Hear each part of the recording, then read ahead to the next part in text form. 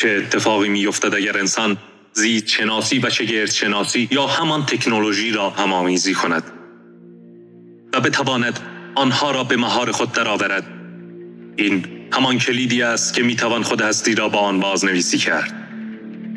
در آن دور سوی آینده میتوان مزرعه‌های کشت اندام انسان‌هایی که در بستر هوش مصنوعی به دنیا آمدند، انسان‌های مکانیکی با تکه‌های زیستی و حتی انسان‌هایی که دارای اشاره‌های شفابخش هستند را تصور کرد.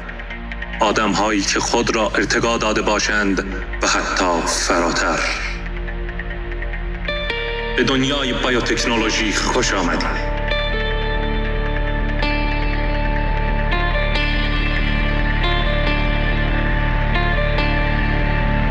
اما آیا واکنش پیرامون ما چه خواهد بود؟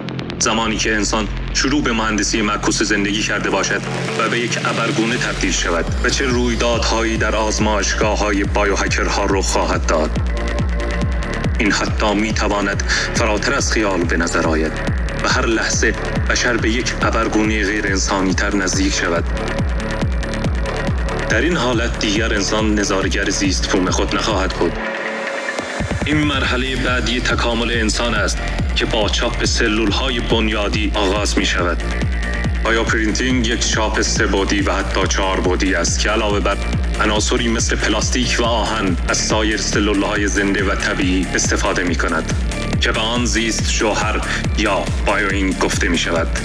این چاپ در ابعاد بسیار ریز انجام می شود تا اجزای متصل به هم سازه‌های زنده به وجود آورند. بایوپرینتینگ یک رویا هست که به حقیقت خواهد پیوست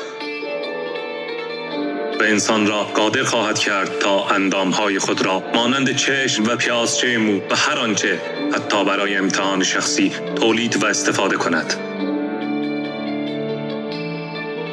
در چاپ زیستی اشیا و سازه‌ها از عناصر زنده رشد خواهند کرد.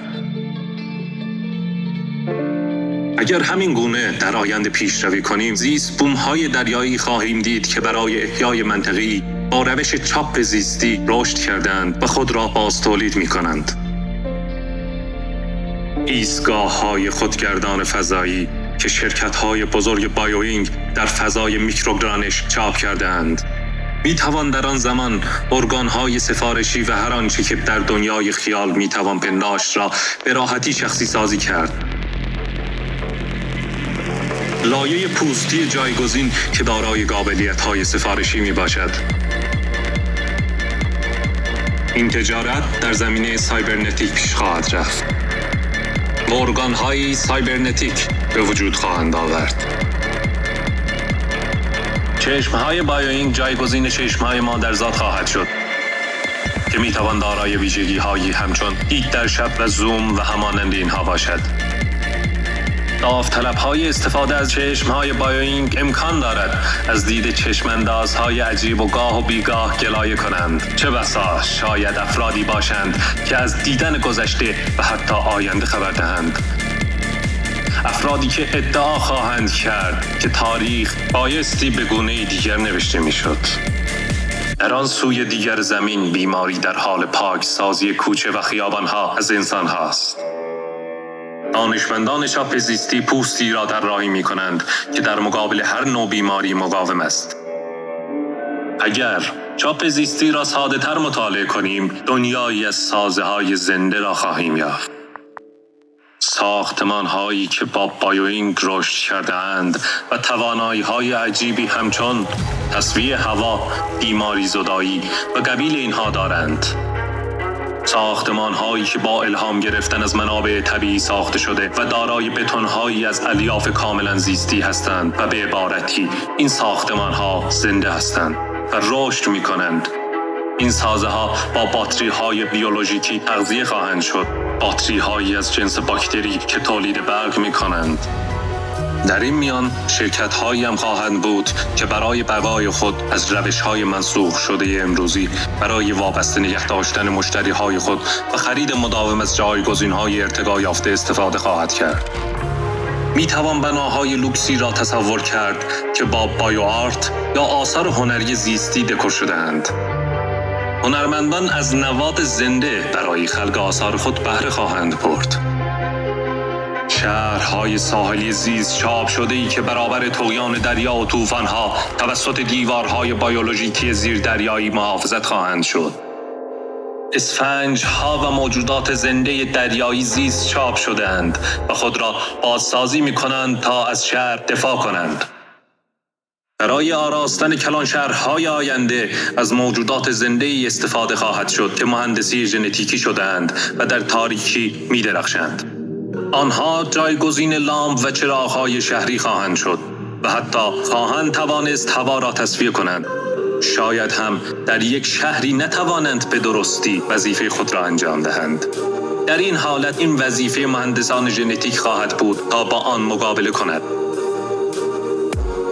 شایعه‌هایی بر این مبنا که بایوهکرها رنگ این موجودات را عوض کرده باشند در سطح شهر پخش خواهد شد. چه بسا شاید بایوهکرها بتوانند کاری کنند تا این موجودات هوا را آلوده کنند و باعث ایجاد وحشت شوند. در آن سو اما شرکت‌های رباتیک انسان‌های ماشینی طراحی کردند که خود آنها دارای پوستی شفاف با رنگ‌های سفارشی هستند. احتمال دارد این آدم آهنی‌ها دوران آزمایشی خود را در جایی مثل موزه برای راهنمای مردم آغاز کنند. در آزمایشگاه‌های زیرزمینی بایوهکرها چندین قدم از دانشمندان فراتر خواهند رفت و این آزمایش‌های عجیب را به دور از مرسومات و قوانین همیشگی بر روی نمونه‌های انسانی انجام خواهند داد.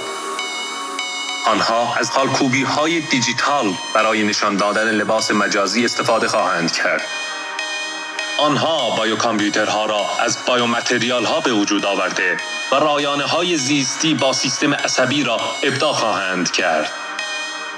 ولگردهای سایبری تراشه‌های اختراع شده را هک و شخصی سازی خواهند کرد، به گونه‌ای که کد امنیتی آنها را برای نهایت تجربه از کار خواهند انداخت. چیزی که نمونه آنها را نیز امروزه میتوان یافت، مانند هک کردن گوشی‌های هوشمند. بایوهکرها و سایبرپانک‌ها از دی خود برای ذخیره اطلاعات در ابعاد بالا و حجم زیاد استفاده خواهند کرد تا بتوانند در آن واحد به هر داده‌ای دسترسی داشته باشند. شایعی بر مبنای به وجود آمدن غذاهای غیر معمول غذا را پر خواهند کرد. غذاهایی که نه آلرژیزا و نه بیماریزا هستند و دارای بافت‌هایی هستند که لحظه خود را احیا و بازسازی می‌کنند. با یک بار مصرف کردن دیگر گرسنه نخواهید شد. این همان منبع تمام نشدنی غذا است.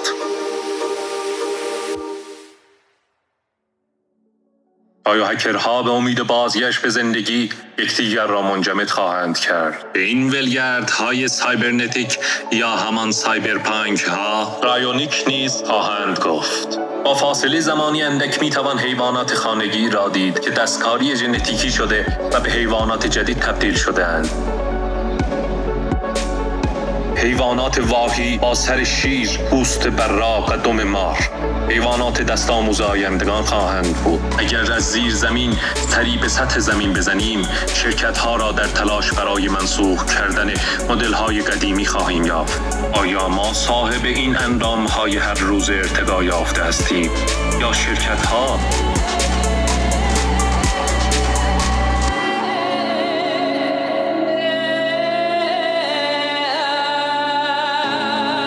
اندام‌های زنده‌ای که کاملاً در خدمت سیستم عصبی هستند و در واقع بهبود یافتند. قطعاً این تکنولوژی‌ها توسط نیروهای مسلح نیز به کار خواهند رفت و آنها از داوطلبان برای جدیدترین آزمایش‌ها برای ایجاد ابرسربازها استفاده خواهند کرد. دانشمندان در آزمایشگاه‌ها تخمدان‌های جایگزینی طراحی کردند که انسان دیگر به روش‌های سنتی زایش نکند. این جایگزین امید بشریت در شرایط انقراض خواهد بود.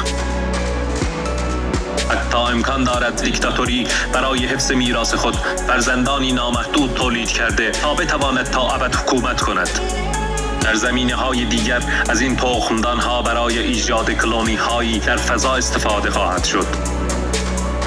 همچنین این روش برای احیای حیات وحش و حیوانات از دست رفته نیز به کار خواهد رفت. همینطور که در آینده غوطه‌ور می‌شویم، انسان‌هایی را در حال زایش در تخمدان‌های جایگزین خواهیم دید که برای دادن قابلیت‌های فراانسانی به آنها به مدت بیشتری در تخمدان‌ها نگهداری می‌شوند. صنعت میلیون دلاری بعدی انسان‌های مکانیکی هستند که دیگر نمی‌توان با آنها مکانیکی گفت، زیرا دارای اجزای زیستی ادغام شده‌ای هستند که آنها را به فراانسان تبدیل می‌کند. شرکت‌های دیگری هم در صدد تولید ربات‌هایی خواهند بود که به شکل طبیعت استتار کرده و می‌تواند با حیوانات مکالمه کند.